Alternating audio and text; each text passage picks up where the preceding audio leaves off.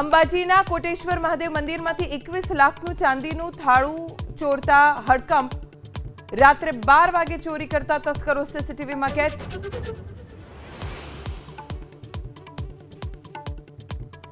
24 અને 25 ઓગસ્ટે પ્રધાનમંત્રી મોદી ગુજરાત આવે તેવી શક્યતા. અમદાવાદના નિકોલમાં યોજાઈ શકે છે જાહેર સભા, તો વડનગરમાં વિકાસ કાર્યોનું થશે લોકાર્પણ. આજથી રાજ્યમાં હજુ વધી શકે છે વરસાદનું જોર.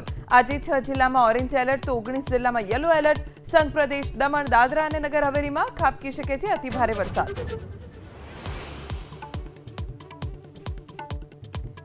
મુંબઈ અને તેની આસપાસના વિસ્તારોમાં વહેલી સવારથી ધોધમાર વરસાદ. પાલઘરમાં રસ્તાઓ પર પાણી ભરાવાની શરૂઆત. દરિયા કિનારે ન જવા લોકોને સલાહ.